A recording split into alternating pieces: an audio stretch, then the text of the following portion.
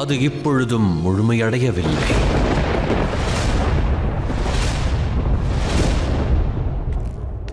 முழுமையடையவில்லையா?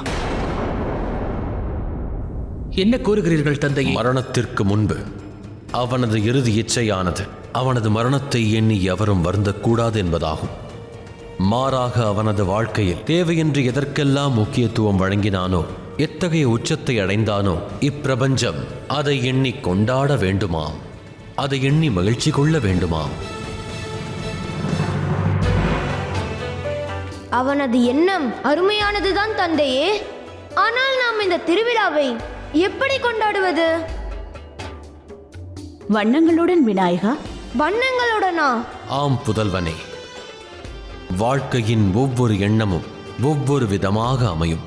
நவரசங்களும் இவ்வண்ணங்களின் வழியாகவே காட்சிப்படுத்தப்படும்.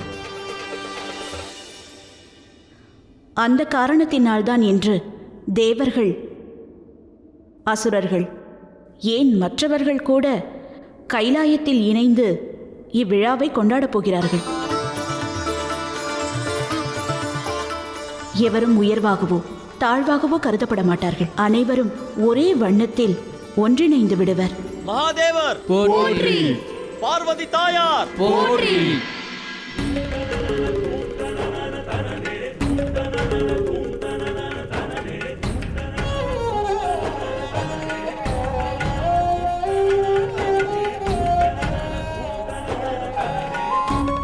என்ன இது தாயே? நாம் இந்த திருவிழாவை வண்ணங்களுடன் கொண்டாட வேண்டும் என்று கூறினீர்கள். ஆனால் இங்கு எந்த வண்ணமும் இல்லையே. எந்த வண்ணமும் இல்லையா?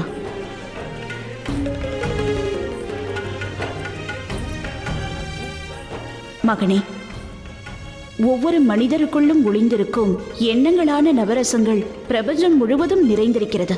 அதுதான் ஒருவரை இந்த பிரபஞ்சத்துடன் இணைக்கிறது. முதல் வண்ணமானது பக்தியை வெளிப்படுத்துகிறது, ஞானத்தை வெளிப்படுத்துகிறது. அதை வெளிப்படுத்துவது வேறு யாரும் இல்லை, சாக்ஷாத் மகாதேவர்தான்.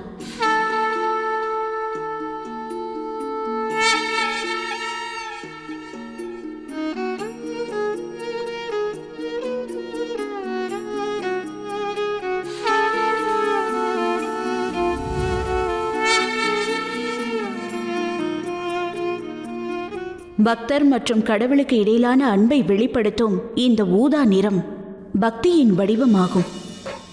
இந்த வண்ணம் நமக்கு வெளிப்படுத்துவது என்ன தெரியுமா? பிரபஞ்சத்தின் உயிருள்ள மற்றும் உயிரற்ற அனைத்திலும் சிவனே நிறைந்துள்ளார்.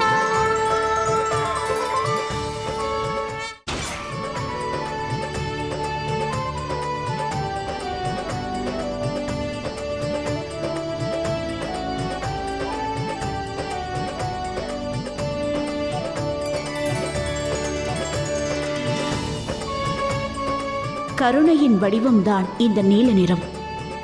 இந்த கருணை மற்றும் அனுதாபத்தினால்தான் இந்த காலச்சக்கரத்தில் நமது அனைவரின் பயணமும் ஒன்றாக இணைந்துள்ளது.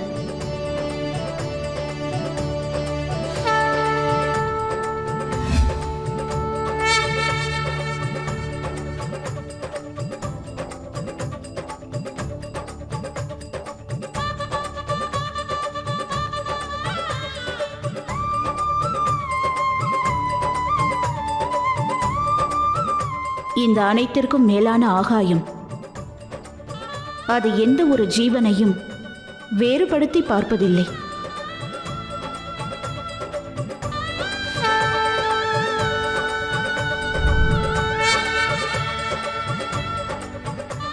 இந்த ஆகாயத்தின் நிறமான வெளிர் நீல நிறம் அமைதியின் வண்ணமாகும்.